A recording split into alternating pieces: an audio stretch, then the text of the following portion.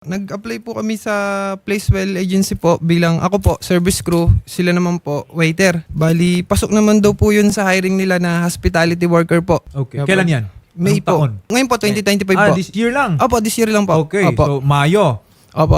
Okay. Nag-apply kayo dito sa agency na ito. At to make the long story short, kayo ay pinapunta naman sa Saudi Arabia. Opo, Tama opo, ba? sir. Sa Riyadh. Yes. po. Yes Pero po, ito, July pa lang nandito na ulit kayo. Anong Opo. nangyari? Natanggap naman po kami. Tapos nag-requirements po. Pagdating naman po nung may ticket na po kami, ang nakalagay naman po sa visa namin, fast food maker naman po. So, magkaiba. Yun ba ang sinasabi ninyo? Opo, service crew. Tapos biglang naging hospitality worker, tapos naging fast food maker naman po. Ganun po. Kayo ay nakalipad din papuntang Riyadh. Opo. Opo. So, ano ang ine-expect ninyo? Ano yung napag-usapan ninyo na kind of employment na dapat makuha ninyo sa Riyadh? Sa kontrata po kasi, nakalagay po doon, 8 hours duty, tapos bayad po yung overtime po. Okay. Tapos may 90 days po na probation. Tapos pagdating naman po namin doon sa pinagtatrabuhan na po namin sa store, nag-duty na po kami. Ang ginawa naman po sa amin, ang ginawa po sa akin, dishwasher po. So naman po, ginawang... Buzzer po. Ginawa nila po akong buzzer. Okay. Butcher. Opo. Hindi nyo in-expect yung mga ganong klaseng trabaho na... Opo, Yes sir. po, yes po. Okay. So, ginawang dishwasher, butcher. Pero ano nga ulit yung ine-expect ninyo na trabaho dun sa Riyadh? Ako po, service crew, kasi pasok naman daw po yun sa hiring po nila na hospitality worker po. Okay. Ikaw, sir? Opo, waiter po, sir. From waiter, ikaw ay naging... Buzzer po. Okay. At si sir, waiter, pero nung nandun ka na, ginawa kang butcher. Yes po. So, inireklamo nyo agad sa inyong agency. Hindi po, ang inano lang po namin yung sa overtime po, hindi po nila binigay. So, may issue na iba yung nadatnan ninyong Opo, trabaho opo, dun opo. sa Riyadh. Opo. Alright, no? Pero ganun pa man, itinuloy pa rin ninyo. Nandun Yes na po. kayo eh. Nandun na Tinanggap kami po. po. Yes, Okay. Oo. Pero habang nandun kayo, ginagawa nyo na itong trabahong hindi nyo naman dapat ginawa kasi hindi naman yan pala yung nasa kontrata ninyo, hindi rin pala maayos yung bayad sa inyo. Opo. Yes po, Opo. yes po. Okay. Tama po. Ano yung mga kulang na bayad? Yung overtime po, sir. Ilang oras po ba kayo nagtatrabaho doon? 12 to 14 hours po. Okay, 12 to 14 hours. Sabi mo kanina, out dun sa kontrata, Nakalagay po. in excess of 8 hours, entitled ka na to overtime payment, Yes po, overtime yes po. premium. Yes po. Kayo sir, ilang oras kayo nagtatrabaho? Kami po araw-araw 10 hours po duty namin pero umabot kami ng 11 hours to 12 hours. Okay, at sir, ganun din. Hindi kasi Rio, ang isipin mo dyan, no? Kasi pag ganun lang, no, na data, isipin mo parang 2 oras lang naman na-extend eh. Pero kung 2 oras sa araw-araw, madami yun. Yes, Ang dami na po Okay. yun, sir. So ang sinasabi po ninyo, sir, you've been rendering overtime work. Ni isa, hindi kayo nabigyan ng overtime pay? Hindi po, po, sir. sir. Hindi po. Pero yung basic pay naman, yung sweldo na ibibigay naman. Naibibigay naman po. Okay. Yung sweldo ba na nandun sa kontrata nyo, yun din yung sweldo na natanggap ninyo? Opo. Okay, tama naman yung basic Opo. pay. May kaltas nga lang po. May kaltas. Kaltas nga lang. Okay, ano yung ikinaltas? Placement fee po. Placement po. Okay. Aside from overtime, ano pa po yung mga hindi nyo natanggap? Holiday po. Holiday. Wala rin, holiday premium. Yes Opo. po. So sir, no, bakit kayo pinabalik agad? Bali, tumakas po kami sa accommodation po namin. Wag daw po kami dadiretso sa Tamkin na agency. Yun po yung client ng Placewell. Client po ng Placewell. Okay. Opo. Wag daw kami dadiretso kasi tatakutin lang daw naman po kami. Magdiretso daw kami sa Polo. At yun naman po ang ginawa po namin. Alright. In other words, naghanap na kayo ng paraan Opo. para bumalik dito. Opo. Kasi sa tingin ninyo, hindi na worth it na nanatili kayo doon kung hindi rin naman kayo nababayaran ng tama. Opo. Yes po. Magandang hapon po sa inyo, Ma'am Christine. Hello po, attorney. Good afternoon po. Ayan, kasama po namin ngayon dito sa studio sina Sir Redden Grantosa, Vince Buscar at Victor Castillo, mga OFWs na pinadala nyo raw sa Riyadh. Naalala nyo po sila, Ma'am Christine? Yes po, actually po nakapag-usap na po kami. The day po na nag-concern sila regarding overtime, na-coordinate ko din po yan sa FRA namin, which is in Tamkin. Tapos po, na-resolve naman yan po, i-resolve po yan, attorney. Binigyan po sila, kasi nag-complain nga po sila sa Polo, so binigyan po sila ng 1 week para magbayaran yung mga unpaid overtime po nila. But since decided po sila na mag-refuse to work, so pinauwi po talaga sila ng company dahil yun po ang decision nila. At yun din po ang in-inform nila sa MWO. Well, ang nabanggit po ninyo is kung ano yung nangyari after na. Okay? Pero gusto rin po namin ngayon malinawan, number 1, bakit parang iba yung kinontratang trabaho nila, iba yung nadatnan nilang trabaho doon sa Riyadh? Ganun po ba madalas nangyayari dyan sa inyo? Regarding po dyan, attorney, explain ko po. Bali, Sige. ang ang ano po nila, ang in-applyan po nila dito is hospitality po. So, ang naging trabaho po nila doon is under hospitality pa din naman po, attorney. So, yung pagiging butcher or busser or ano, pwede po nila yung i-decline. If hindi po nila ano yon, hindi, like kunyari yung butcher po, hindi naman po tayo basta-basta pwedeng mag-butcher kung wala tayong experience talaga kasi delikado po yan. Nung tinanong ko rin naman po yung worker, tinanong ko po siya, sabi ko, may experience ka ba dito? Kaya mo tinanggap? Or ano, kasi sabi ko sa kanya, pwede mo i-decline. Hindi naman po kasi nila in-open yan sa amin nung nandun pa sila na iba yung position na in-apply nila. So ang sinasabi po ninyo, Ma'am Christine, hindi nyo naman Apo. sila pinilit. Ganun po ba? Apo, pwede po nila i-decline ang work na hindi, ano po, kung hindi talaga yung in-apply nila, pwede po nilang i-decline. Alright. No? Now, Pwede po sila mag-inform sa amin. Opo, no, yung isa pang hanging issue dito is yung overtime premium nila, no? Kasi nabanggit po nila, Ma'am Christine, at sabi din, they have timesheets din dito na hawak-hawak na talagang they've been Apo. working 10, 12, even 14 hours, no, sa isang araw. Apo.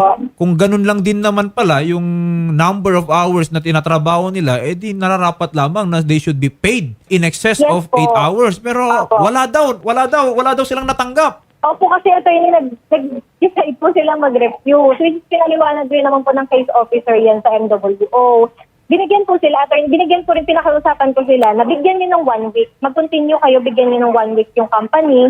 Within 1 week, babayaran po kayo sa lahat ng unpaid OT or holiday nyo. Pero nag-stop to work na po kasi sila. So, ang nangyari po, pre-resist po talaga sila ng repatriation. Wait. And Okay. nagkaroon din naman po sila ng final settlement sa MWO. So ma'am, ang sinasabi po ninyo dahil they already refused to work kasi for how many months hindi sila babayaran ng tama, ibig bang sabihin nun na forfeit na nila yung overtime pay na trinabaho naman na nila? Ano po, attorney, meron po silang mga, loan. Bali, dun po ipinasok. May mga loans. Yes po. Okay, tapos ang sinasabi po ninyo, kumbaga in-offset? Ganun ba yung nangyari dyan? Yes po, attorney. Okay, may mga loans daw kayo? Tama pa ba yun? Yung po yung tinutukoy niya pong placement fee.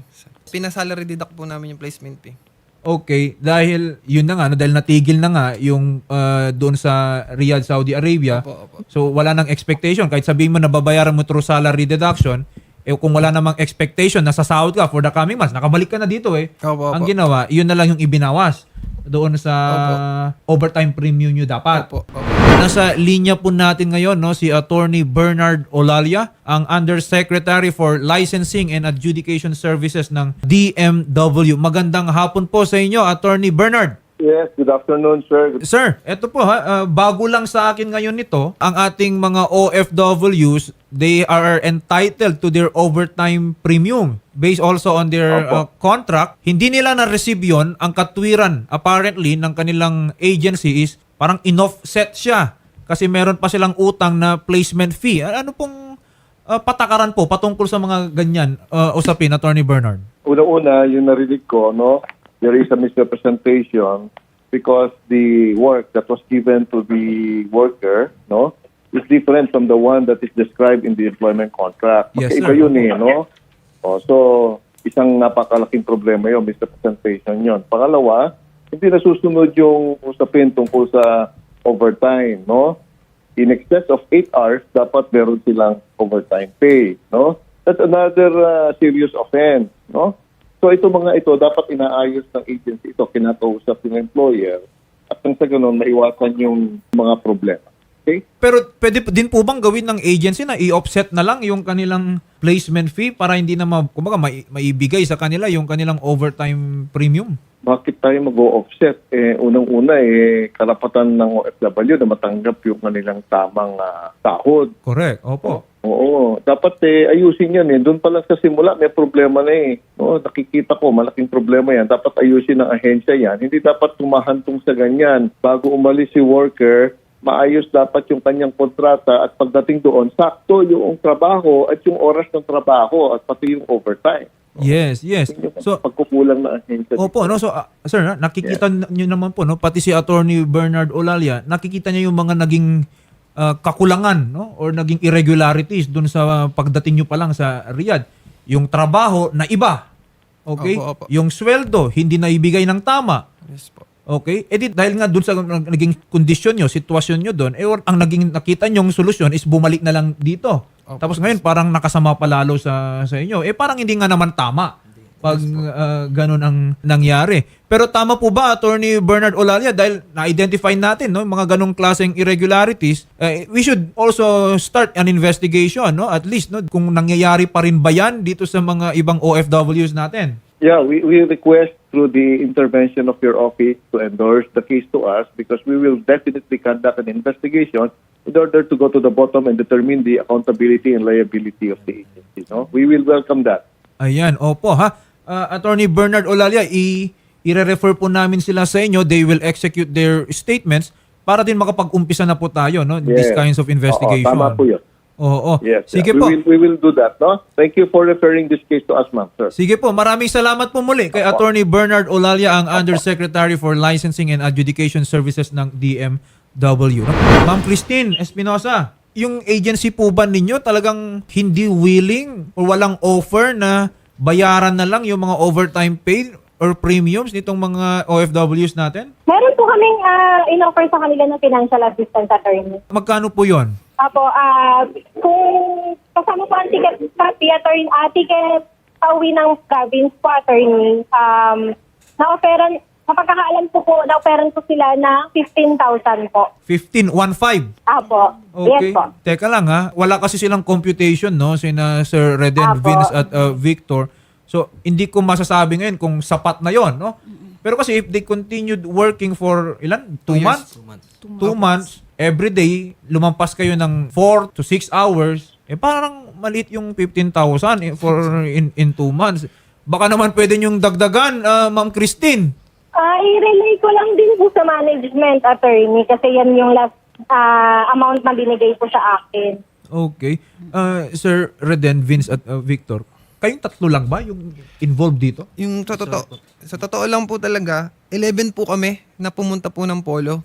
Na sabay-sabay? Yes. Yes po. Sabay-sabay din kami po. Sabay-sabay Umuwi din po. po. Same agency ba kayo? Same agency po. Sa Placewell po. Tapos Ganon din ba yung sitwasyon?